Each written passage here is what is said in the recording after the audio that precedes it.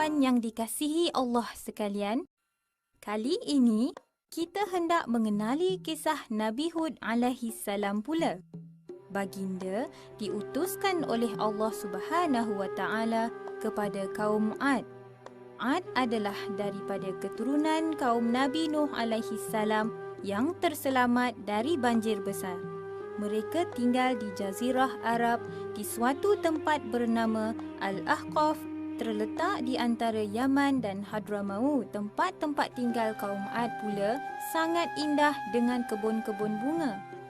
Haiwan dan burung-burung suka membiak di lembah yang subur itu. Sungguh indah lembah itu. Mereka telah membina sebuah kota yang sangat cantik di dunia pada waktu itu. Di kota itu dibina bangunan-bangunan yang tinggi, jalan-jalan yang luas dan taman-taman yang sangat indah. Kaum Ad menamakan kota itu dengan Iram Zatil Imad. Ia dikukuhkan dengan firman Allah Subhanahu wa taala di dalam Al-Quran surah Al-Fajr ayat 6 hingga 8. Apakah kamu tidak perhatikan bagaimana Tuhanmu berbuat kepada kaum Ad, iaitu penduduk Iram yang mempunyai bangunan-bangunan yang tinggi yang belum pernah dibangunkan seperti itu di negeri-negeri lain? Adakah kaum Ad bersyukur di atas segala kurniaan Allah yang Maha Esa? Tidak sama sekali. Rupa-rupanya kaum Ad ini sangat bongkak dan telah melupakan ajaran Nabi Nuh alaihi salam. Ada riwayat mengatakan mereka adalah golongan yang pertama menyembah berhala selepas tragedi taufan dan banjir yang melanda kaum Nabi Nuh alaihi salam. Mereka membuat patung-patung yang besar, mengukirnya dengan cantik, lalu tunduk menyembahnya. Bagi kaum Ad yang jahil, itulah Tuhan-Tuhan yang memberi perlindungan, kebahagiaan dan segala kenikmatan hidup kepada mereka. Oleh sebab terlalu banyak perkara mungkar yang berlaku di dalam golongan kaum Ad, maka Allah mengutuskan Nabi Hud alaihi salam untuk mengajak kaum Ad kembali mentauhidkan Allah Subhanahu wa taala. Nabi Hud alaihi salam berasal dari kalangan kaum Ad itu sendiri. Keluarga Nabi Hud alaihi salam sangat terkenal dan berpengaruh. Dari kecil lagi, Nabi Hud alaihi salam dikenali sebagai seorang yang mempunyai budi pekerti yang sangat baik, jujur dan bijak. Dalam surah Al-A'raf ayat 65, Allah berfirman, dan kami mengutuskan Hud kepada saudaranya Ad. Dia berkata, wahai kaumku, sembahlah Allah. Sekali-kali tidak ada Tuhan bagimu selain darinya. Maka mengapa kamu tidak bertakwa kepadanya? Nabi Hud alaihi salam memulakan dakwahnya dengan menarik perhatian kaumnya kepada tanda-tanda kebesaran Allah. Nabi Hud alaihi salam menyeru kaumnya melihat alam di sekeliling mereka seperti tanah yang subur, air yang sentiasa mengalir dan juga tubuh-tubuh mereka yang tegap dan kuat. Baginda juga menegaskan kepada mereka bahawa Allah yang menciptakan mereka dan mengurniakan kepada mereka dengan segala kenikmatan hidup yang sedang mereka kecapi. Kawan-kawan sekalian, adakah kaum Ad mendengar segala kebenaran yang dibawa oleh Nabi Hud alaihi salam itu? Tidak. Malah mereka membantah segala nasihat dan ajakan Nabi Hud alaihi salam.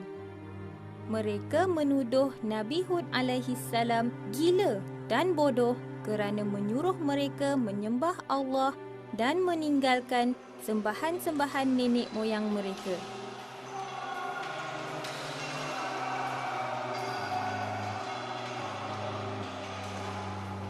Mereka berkata, apakah kamu datang kepada kami agar kami hanya menyembah Allah sahaja dan meninggalkan apa yang disembah oleh datuk nenek kami? Maka datanglah azab yang kamu ancamkan kepada kami jika kamu termasuk orang-orang yang benar. Kawan-kawan sekalian, apakah azab yang menimpa kaum Ad? Azab yang menimpa kaum Ad mempunyai 2 tahap. Tahap pertama adalah kemarau yang berpanjangan.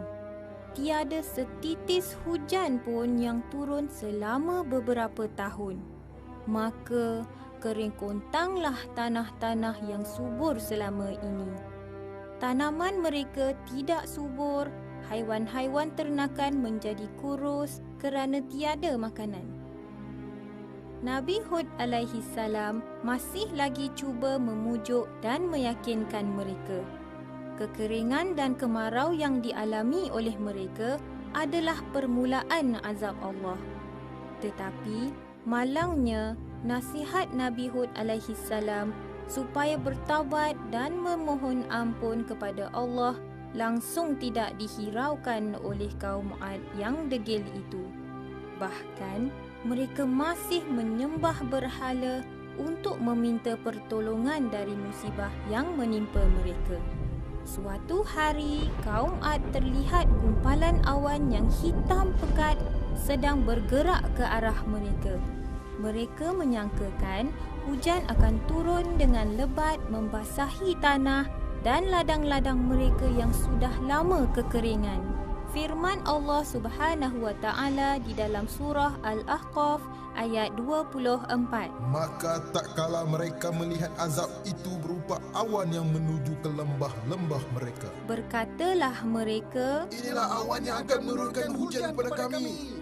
Bahkan inilah azab yang kamu minta supaya datang dengan segera, iaitu angin yang mengandungi azab yang pedih. sedang mereka asyik bergembira, tiba-tiba menderu ke arah mereka angin taufan yang dahsyat dengan bunyi gemuruh yang kuat, menerbangkan pokok dari akarnya, merosakkan bangunan-bangunan dari dasarnya dan melemparkan jauh semua binatang-binatang ternakan. Keadaan kaum Ad menjadi kelam kabut tanpa tempat berlindung. Mereka yang sombong dan ingkar selama ini dilambung tinggi lalu dihempas ke bumi dengan kepala ke bawah. Subhanallah, kepala mereka hancur sama sekali. Hanya badan sahaja yang tinggal bergelimpangan seperti sampah yang busuk. Keterangan ini terdapat dalam surah Al-Qamar ayat 16 hingga 20. Sesungguhnya kami telah mengirimkan gelombang angin kepada mereka teramat laju, yakni kencang pada hari nahas secara terus-menerus. Angin itu menumbangkan setiap orang. Mereka bayangkan batang-batang kurma yang tumbang. Gelombang angin yang teramat kencang itu menghentam mereka selama 8 hari 7 malam. Hari-hari itu dalam bahasa Al-Quran disebut Ayamin Husuma atau hari-hari celaka.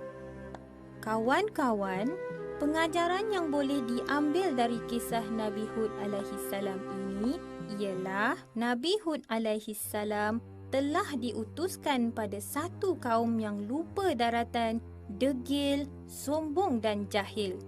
Tetapi Nabi Hud alaihi salam seorang nabi yang sangat sabar dan mengajak kaumnya dengan penuh hikmah. Baginda cuma berharap kaumnya beriman kepada Allah Subhanahu wa taala. Sikap baginda yang tidak berputus asa inilah yang patut kita contohi. Begitu juga dengan kelebihan yang ada pada kaum Ad.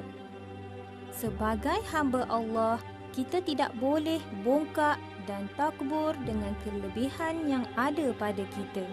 Segala-galanya datang dari Allah Subhanahu wa taala. Tahukah kawan-kawan, pada awal tahun 1990-an, seorang ahli arkeologi amatur iaitu Nicholas Clapp telah menemui arkeologi kota Irom iaitu tempat kaum Ad tinggal. Melalui kajiannya, beliau telah menemui sebuah peta dilukis oleh ahli geografi berbangsa Mesir Yunani pada tahun 200 setelah Masihi. Peta tersebut menggambarkan kedudukan kota purba yang ditemui di kawasan tersebut serta jalan menuju ke sana.